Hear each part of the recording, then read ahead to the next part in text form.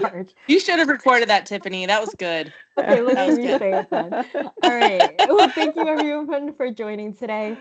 If you're interested in learning all about parks restrooms, you're in the right place. And so Jing from Long Range Planning will be presenting this session today. So again, thank you all for tuning in. And Jing, I'll let you take it away. All right, thank you, Tiffany. Hi, good afternoon, everybody. Thank you so much for joining this presentation with me.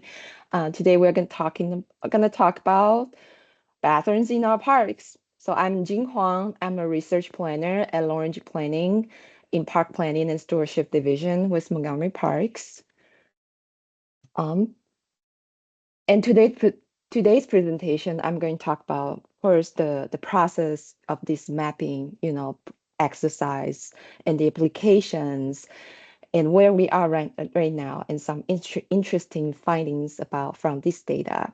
But before we dive into this mapping project, I just want to give you a little bit context about this project. So I think most of you know that improving park bathroom access and quality of the bathrooms has been identified as one of the top priorities in parks. And for that, our team at PPSD has been working on this bathroom study. The studies has several objectives. First, we would like to prioritize locations for new implementations. And for any of the locations we recommend to have new bathrooms, there will be guidelines for implementation. For example, information like potential bathroom types and the considerations. And of course, we are looking into the cost of the implementation and maintenance in our parks currently. And with vendors research, we are also going to estimate the cost of new implementation and maintenance at the location that we recommend to build more bathrooms. The last, not the least, is we are going to propose several ways to help with maintenance issues, given now we have a lot of restaurant service difficulties. So while we kicked off, at the time we kicked off this study, we realized that we really need a comprehensive bathroom inventory. Without that, we won't be able to achieve all these project goals for the bathroom study. So this is kind of why we have this mapping project. And while we look into the data, bathroom data, so in the beginning of this project, we're like, okay, let's look into what we have right now, some existing data set. If there are already some good data set, maybe we don't need to build an inventory. And as we look into all the data sets in our department, and we found that it's just everywhere, over the place. That's a good news because we have some bathroom records tracked, the bathroom buildings that's in the buildings inventory managed by PDD, or some information from the 5-year condition assessment that's performed by facility management. And the regions has really good, well-organized data set about porta-johns. From PACP permits office, we got information about picnic shelters because they are by bathrooms by these permitted picnic shelters. And of course, there are some comfort station records in EAM that's for comfort station maintenance scheduling effort. So given all these data sets, we have a pretty good understanding like where we might have bathrooms.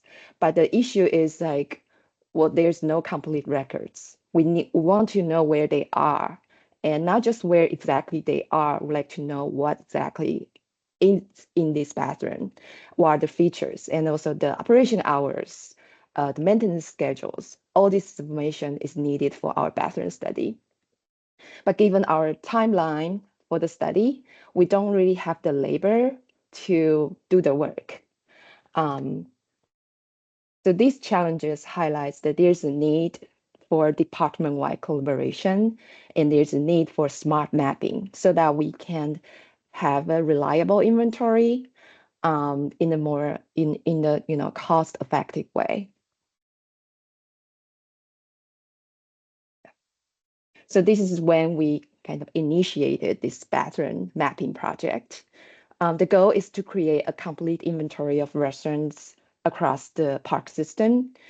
And our approach to use GIS mapping, which I will introduce in the following slides, as well as department-wide collaboration, because we need information from our staff members on the operations side. We did not have the time to go to every single bathroom to look at bathrooms to gather the information. And the outcome will be a comprehensive data set that supports not only data information sharing, but also data-informed planning and help with maintenance scheduling. And here I want to just clarify what kind of bathrooms are included in this mapping project. So we are mapping all the bathrooms within in parks or within 5 minutes walk of our parks, which include both portable bathrooms and non-portable bathrooms. Why this is important? So of course, it allows us to understand what kind of bathrooms we have in our parks, right? So that can help us improve asset management, which can lead to improved maintenance scheduling. And with understanding of where bathrooms are, and we will be able to identify the gaps that help us to prioritize locations for better bathroom service. So that's help inform planning decisions and resource allocation. And most importantly, we really need to share this information with not just the public, but also our staff, because we have received a lot of feedbacks about, bathroom information. We don't know where they are. And when our staff or the public, the park users, they are in the park, they really need to know where the bathrooms are. Last but not least, once we have this data, that centralized data layer that has all the bathroom information that allows for department-wide cross-divisions collaboration when needed. So I want to start with introducing, the first step of how we build this data set. Sometimes I think it's just really funny because we spend a lot of time. It was like weeks of discussions between our team, data team, and GIS, and the PDD, the Mensa team about how can we better track our bathrooms. So what's the unit of the analysis? What's the level of detailedness? Should we track them by site or restaurants, or we even track every location of the all the toilets? So that's just, like in the beginning, I saw the bathroom, how difficult it can be. Let's just map them. But then before we started, there's a lot of consideration about how should we structure the data in a way that makes sense. We want to track, as many details as possible, but at the same time, we also don't want to go deep, and that will slow down the whole process. That this applies to all other amenities too. Like once we define what kind of attributes, what kind of things we want to track for these amenity, that's the commitment. Like we need to get information for that in order to complete the inventory. So we're going to be really careful about that, and that requires a lot of discussions across all these groups. So this is the data schema. We determined, okay, we want to track bathrooms by bathroom on the bathroom level, meaning we are tracking bathrooms, women's bathroom, men's bathroom, single bathroom, every single bathroom, and what's in there. We have a layer that's the non-portable bathrooms that has information that's important to bathroom planning and operation, like the user type, the ownership, management, who are the managers, who own the bathrooms, what are the features in these bathrooms, what are the operation hours, the seasons, the cleaning schedules, whether it's winterized or not, and the ADA information. And the non-portable bathrooms also has to be able to be related to the building's bathroom, because some of our bathrooms is part of considered as bathroom buildings, and that's also tracked in the building's inventory. So, and another layer, another set of layers is for the portable bathrooms. The portable bathrooms, that's the portable bathroom unit. that's delivered by USS. And for that, we track where the bathrooms, the portable bathrooms are, what's the operation seasons, cleaning schedule, whether it's AD accessible, whether it's enclosed or not. And we also are tracking the porta-john support. So that's the pads. That's the designated location for portable bathrooms. So the porta-john support is our asset. So we have asset ID, location, and indicating whether there's an enclosure or not, and if it's AD accessible. So all this together is our bathroom data set. Speaking of data collection, I mentioned we want to have a department-wide, we need a department-wide collaboration. So that's kind of like a crowdsourcing process. We reach out to all the staff members on the operations side whose work has something to do with bathrooms. So that's all the park managers in the northern parks, southern parks. GIS, the EAM and data team also provide really good information about data. They pretty much throw me all the data set they can get about bathrooms. And the PDD, Samantha's team, they have these buildings inventory, so that also provide really good information about bathroom buildings. The Grace team in nature centers, because we have a lot of bathrooms in the nature centers. We want to know where they are and what's in these bathrooms.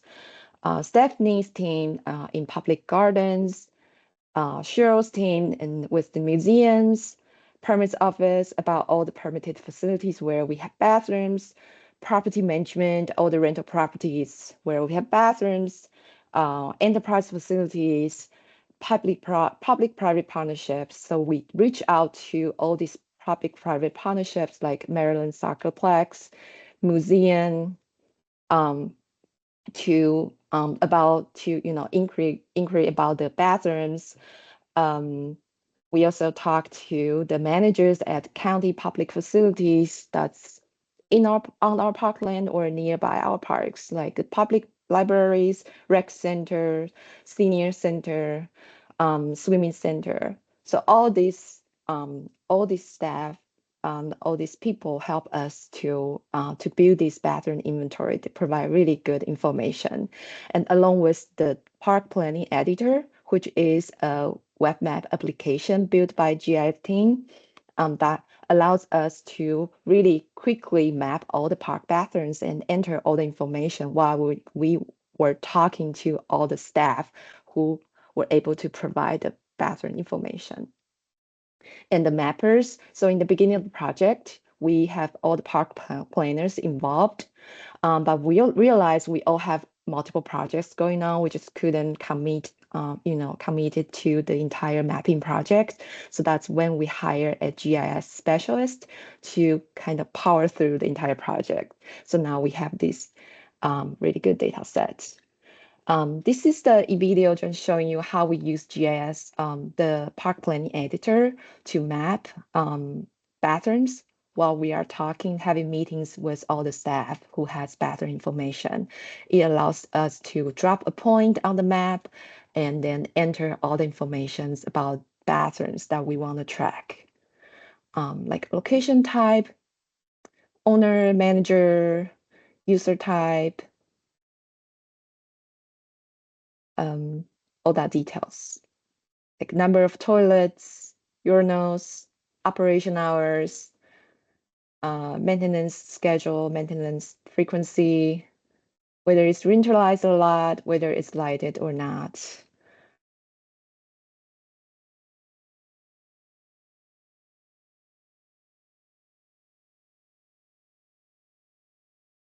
And here we go, are the GIS layers that are created, the outcome of this project.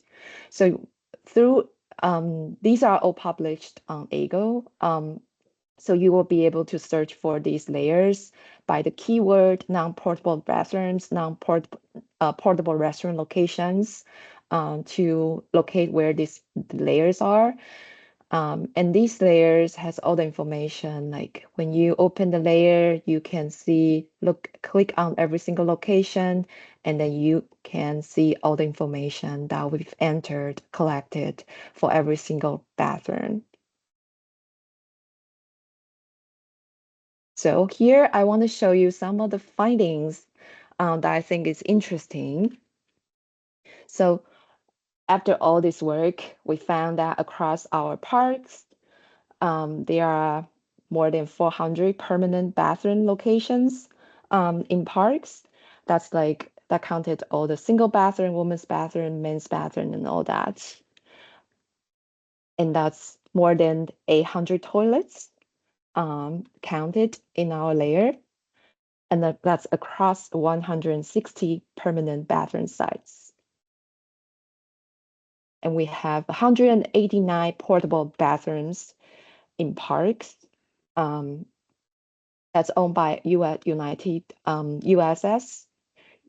and it's managed by our amazing Porter John contract admin, one in the north, one in the south, Kim and Rebecca. They spend a lot of time managing all these portable restaurants, and this is across 64 portable restaurant sites. So in total, we have 324 bathroom sites. And do you know how many parks have restrooms? Can you guys guess the number?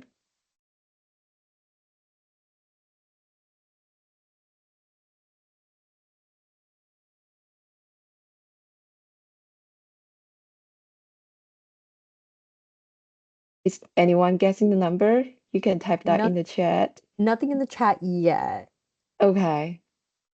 Carl guessed 200, Jackie guessed 85. 200 is very close. I was thinking 200 too, like half of the parks maybe. Yeah. We're getting a lot of guesses now. We have like 300, 250, 185, 270. Yeah, so it's 177. So across our 414 parks, 177 parks have bathrooms. It can be portable bathrooms or non-portable bathrooms. So it's not really bad, right? So we do have pretty a good number of the bathrooms in our parks. But the question is, why do we still feel like it's not enough? So in following slides, I'm going to tell you why. So let's take a look at the park bathroom locations by facility type. So across the 324 bathroom sites, we have comfort stations. So that's available to the public. That's the bathroom buildings. Of course, we also have some picnic shelter bathrooms. Those are not really available to the public, only for the permittees who permitted the picnic shelters. And we have some bathrooms in the park buildings, like nature centers, museums, public gardens, like Brookside Gardens. We also have some in PABs. So most of the bathrooms in the public buildings here, except for the PABs, are open to the public. Enterprise facilities, we have bathrooms, permanent bathrooms in most of the enterprise facilities, but these are only for the facility users. We also have bathrooms in our office, maintenance yards. We have bathrooms in the public-private partnerships. This is the one that surprised me the most, is that in all these public-private partnership locations, they welcome the public to use their bathrooms, like museum, the Wheaton Staples, Meadowbrook Staples, all those partnerships. They all have publicly available bathrooms on site. Rental properties, we have a number of the bathrooms in the rental properties, but it's not open to the public. That's up to the tenants, whether they want to share with the public or not. And there are a lot of bathrooms in the county public facilities right by our park, like rec centers, library, swimming centers. Of course, and then we have a lot of porta potties.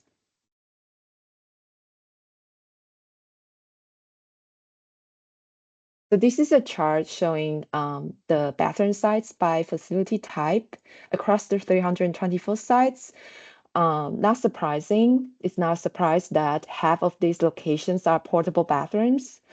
And then it's followed by conversation, county public facility, PAB, enterprise facilities, and all that. And I have the color coded. It's just showing you some bathrooms are open to the public, but some is limited access, like PABs, are the bathrooms in our office rental properties. Some in the county public facilities, those are for either users, permittees, staff, or tenants only. So 25% are not really open to the public. And among these bathroom sites, that's around 244 bathroom sites that's open to the public. It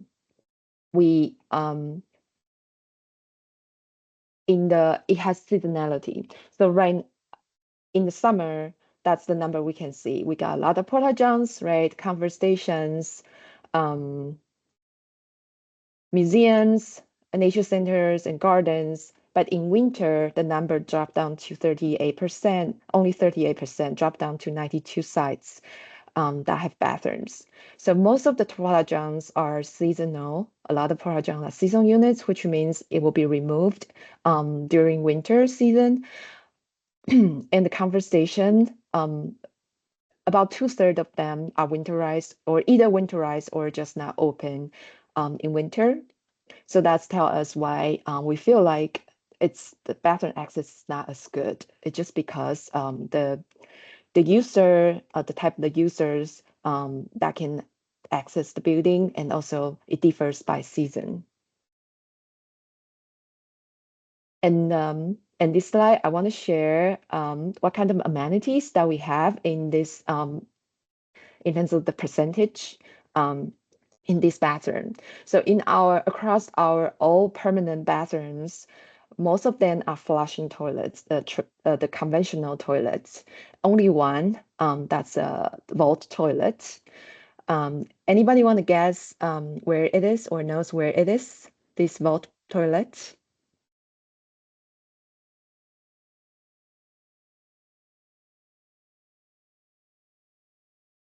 I couldn't really see the chat, but is anybody enter any answers over there? Stephanie says Aurora Hills. Elena Yes. said Eco. Oh, got it? Yeah, Aurora Hills. Winner. Thank you. Yeah, and here the number I'm showing here is the publicly available bathrooms, and there's a location. We do have a composting toilet somewhere in our park system, but it's not open to the public yet. Do you guys know where it is?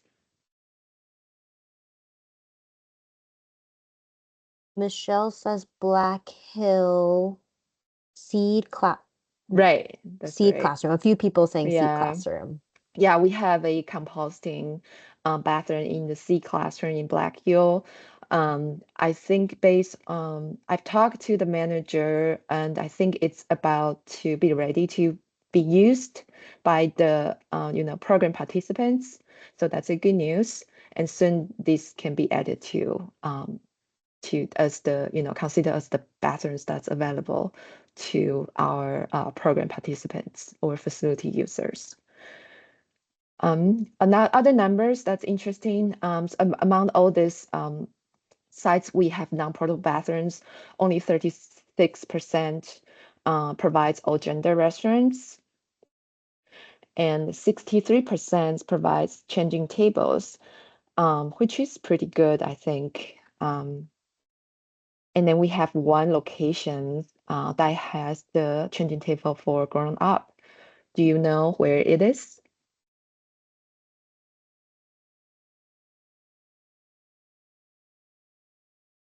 Elena says Hillendale. Yeah, so that's Hillendale. Yeah, Nice. that's our brand new bathroom. And so based on my understandings that in the future, when we are gonna build single-use bathrooms, that's gonna be one of the important amenity in the bathroom.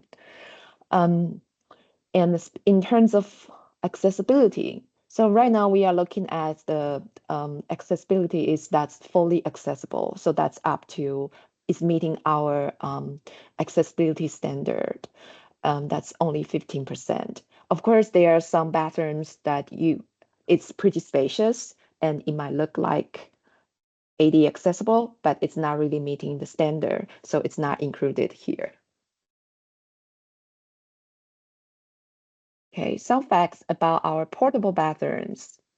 So across the sites, 164 sites where we have porta-johns, only around 50% are a porta-john support. And why we would like to point this out? This means only 50% is on the designated area.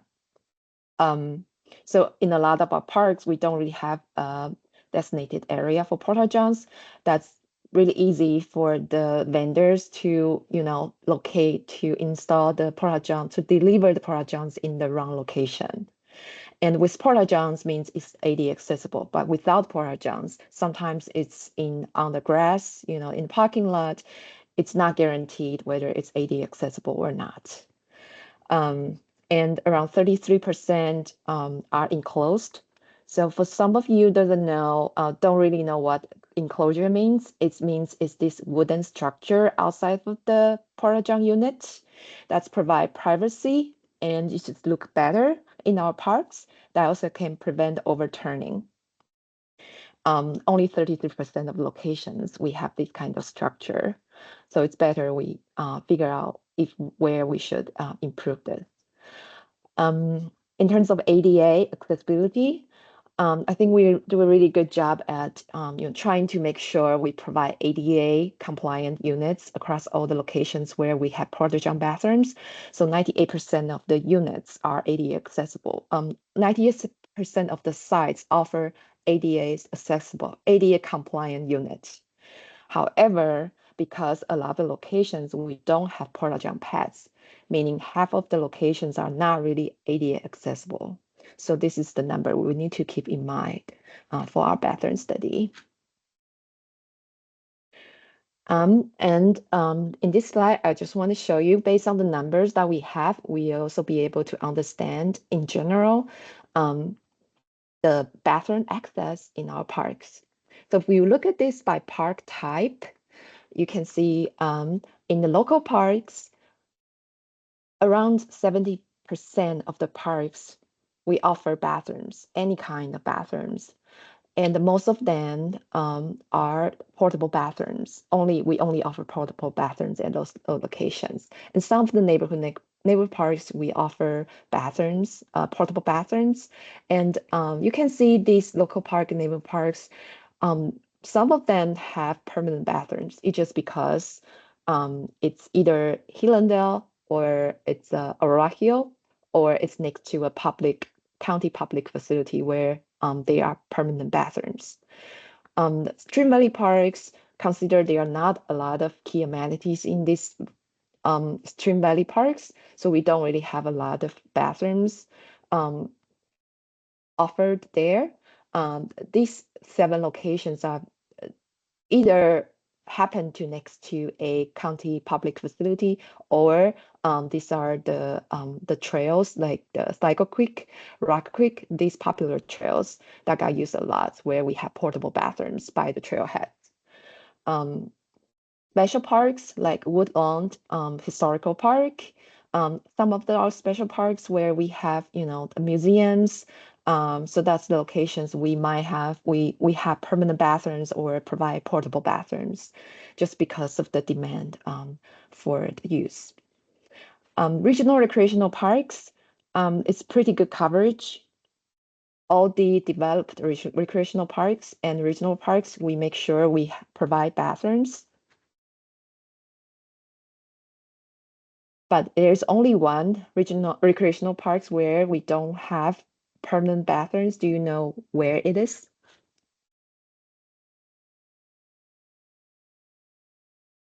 Anybody want to guess? Or knows where it is?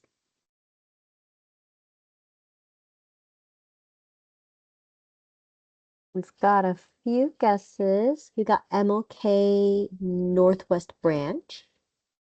Yeah, so the answer is Northwest Branch. That's the only location we don't have conversation.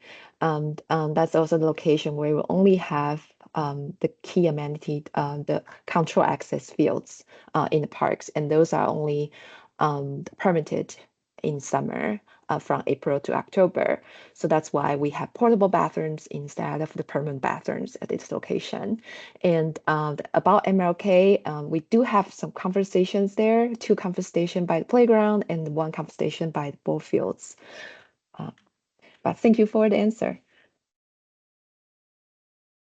From this chart, I also want to highlight, there are a lot of things we can think about, like in terms of park access, a lot of questions a lot of issues we want to solve, or a lot of locations we want to prioritize potentially for more bathrooms. So there's an example that's how we look at access for our park bathroom study.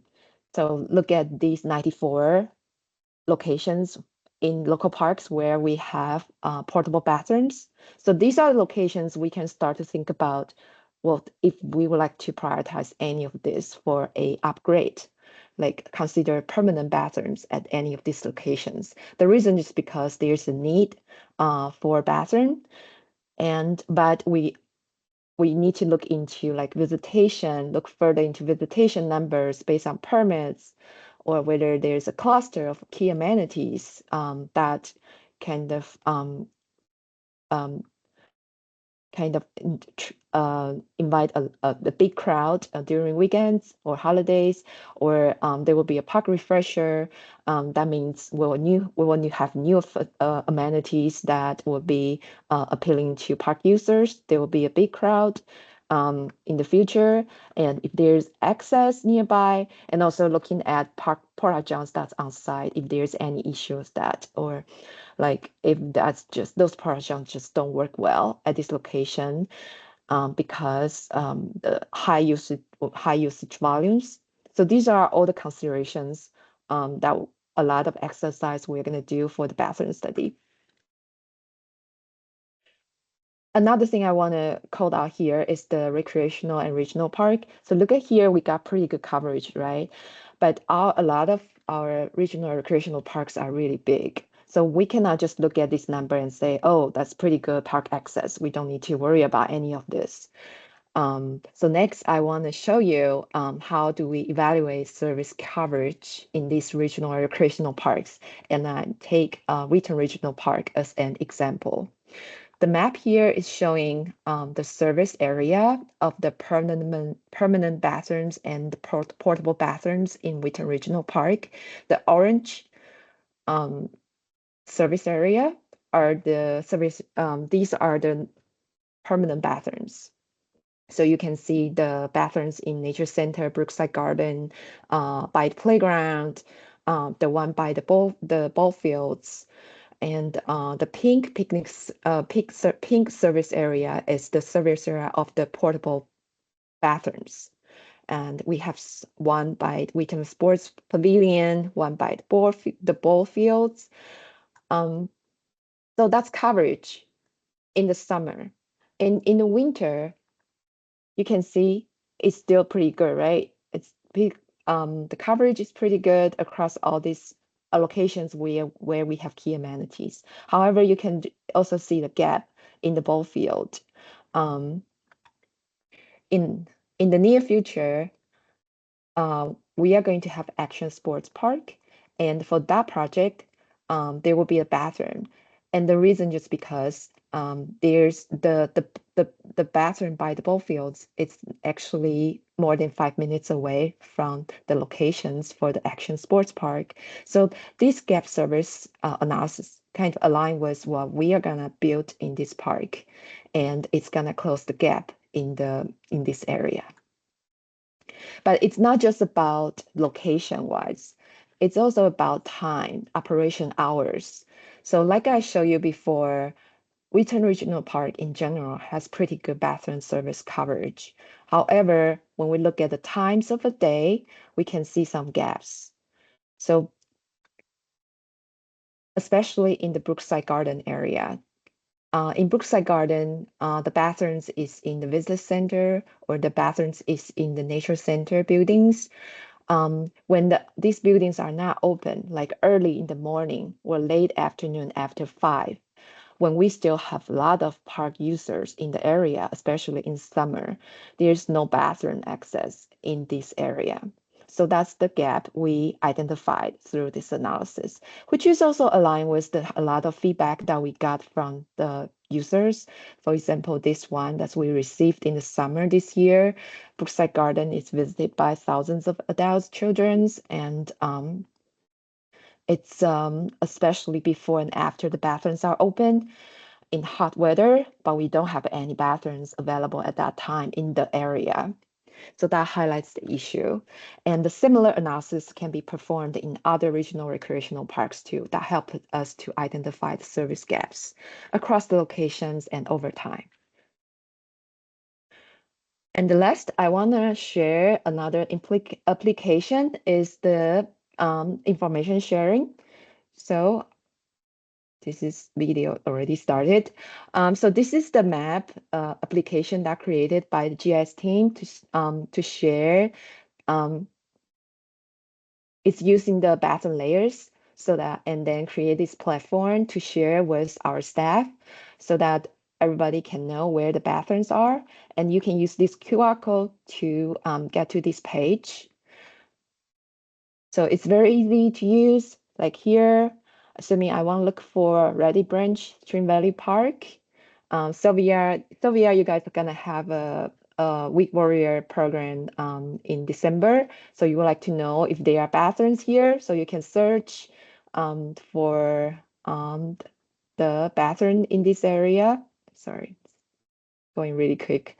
But anyway, it can show you where we have bathrooms along the Stream Valley Park, like a portable bathrooms in this park. I believe it's Oni Mill of Neighborhood Park, and then the Longwood local park. There's a portable bathrooms and the conventional bathrooms in the rec center on this parkland. That's fantastic. We're very excited. Yeah, so now you can use this app. This app is using the bathroom layers that we constantly update. So you will be able to get the most updated information. Okay. Next step. So I'm going to talk about the next step of this project. There will be more applications. We're going to add this to the GIS team. It's going to help add this to Parks and Trails Atlas. So the public will be able to search for bathrooms in parks or within certain distance to our parks. Internally, this will be added to the park reference map. That's an application that a lot of our staffs use for their planning or analysis purpose. For the bathroom study, now that we have this layer that track all the bathrooms, we are working on establishing bathroom location criteria that allow us to perform a deeper, an in-depth analysis of the service gaps across our park system. And we are going to update EAM data. We're going to work with EAM team to update bathroom data in EAM so that the records are correct, and that can help improve the inspection and PM schedule. The last but not the least is I really want to emphasize this is important to keep this inventory update. And right now we are still figuring out the workflow between GIS, our team, and operation to see how can we, making sure all the information are entered to this layer and updated in this layer, as informations can change over time. Like some conference stations may be closed due to repairment purpose, or some porta potties may be removed or added to the parks. We really want to make sure the information is updated so the applications are helpful. And so looking forward to figuring this out, and some of you might receive our emails about our next step, and then maybe would like to invite you to participate in this data update process for bathrooms. So stay tuned. thank you. So this is the end of my presentation. Let me know if you have any questions about bathrooms. Oh, Awesome. and Thank the you. last one, I want to acknowledge all the staff that participate in this project. So we've talked to a lot of our operation staffs. It's a lot of time and a lot of meetings. So we really appreciate their time and effort to provide all this information so that we have this really comprehensive bathroom inventory. Awesome. Thank All you so much, right. Jing. This was such an Yeah. amazing, thorough presentation. Love the fun facts and all the charts. You did get some questions. However, we are a little over time. Are Yeah. you open to taking some questions Yeah, of now? course. Okay. Yes. Yep. I've been jotting down some questions, and I think we might have had a hand raised as well. Chuck asked, when you mentioned the findings, the numbers initially with the findings, he was Mhm. asking, are those publicly accessible or does it include staff restrooms? And I think Yeah, it's that's probably everything. all. Okay, because you go through some of the other ones with the Yeah. breakdown. Right, that's Awesome. everything. Corinne had a question about a portable restroom at Sligo Dennis. Corinne, I don't know if you're still here, if you want to Oh yeah, it was specify. kind of answered further on. It looks like the ones that are available in the winter are one color and the ones that are available year round are a different color. When Yeah. she was doing the example and showing us Sligo Dennis, like showing us that example, it didn't Mhm. say anywhere in the attribute table whether or not it was 12 months out of the year or only partially out of the year. Oh, I think it was the screen before yeah. that. You mean the map? Mm. No, it was like the attribute table of what would come up if you clicked on it, Oh, okay. Yeah, but so it should be, I don't know where it was at this point. yeah, but It was like towards the yeah. beginning. It was all the way towards the beginning. Oh, Um, okay. Yeah, I as can long show as it's you clear for that. us Yeah, to it's clear. know, yeah, what's if they're And like a also different when color before you, we click on it. yeah, also when you look at these, it's showing different colors. It's showing the different colors showing it's year-round or seasonal. Yes, I saw that once Yeah, we got to Ready Branch. I saw yeah. that it was the example from Dennis when you would like clicked on the attribute table of Oh, Dennis. right. Yeah, It and didn't then say, yeah, but yeah, so this it's makes in sense. the As long as attribute they're a different table. color, that'll make sense to us, I think. Right. Yeah, it's tracked in the attribute. Okay. Thank you. Awesome. Yep. And then Elena had a question that Henry answered in the chat about like size threshold and criteria. And so Henry mentioned, there aren't specific criteria. We emphasize those with permitted facilities. And I think that aligned well with your slide about prioritizing locations for upgrades too. So Henry Right. mentioned that part of the later stages of the study will be looking at sort of like creating a set of criteria and different bathroom types and such. Right. Yes. Yeah, so that's a good question. And establishing the criteria, it can be challenging because, that's something it's like a standard for us to figure out, okay, what should be considered as a location where we have bathrooms. And we are gathering information from the staff, like we need to look at that by park type, visitation numbers, but at the same time, we also are working on public outreach just to get a sense from our residents, the park users, to see where do they expect to have bathrooms, and that can also help us to refine this occasion criteria. But yes, that's something we are currently working on. Very cool. And then I think you've got a lot of kudos and thank yous in the chat. I think the last Oh, thank question we you. have in the chat is from Kindle. Do you know how many of these bathrooms are connected to the sanitary sewer system versus connected to a septic system? And then she provided information about credits for certain types of pumping. Thank you so much, Kino. And we haven't got to that detail yet, but that's a really good point. We did look into the sewer system, trying to track all the locations we have sewer, and then because we have that the efforts about maintenance. Our facility management team has this contract with a vendor about maintaining all our sewer system across these park locations. It is something we want to look into, but thank you so much for your input. And I might talk to you more about that. Yeah. Awesome. I think that's all we've got in the chat, unless anyone else has any questions. Or I just wanted to say that it's amazing, the amount of detail and thoroughness that this project has had, and I know a lot of us were looking forward to, and you did a great job, Jing. Thank you. Thank you so much. Thank you for your awesome. support. Yeah. Yeah. Thank you so much, Jing. Thank you everyone for coming out. Yeah. Oh, we've got one hand in the chat. Oh, unless that was by accident. Okay. Cool. All right. Well, Cool. thank you everyone. Thank you so And much. tune in for our last session of the day at 2 p.m. with Elena on Untold Stories. And with that, All right. we'll Thank you. Have a conclude. good Thank day, you, everyone. Jing. Yeah. Everyone. Bye.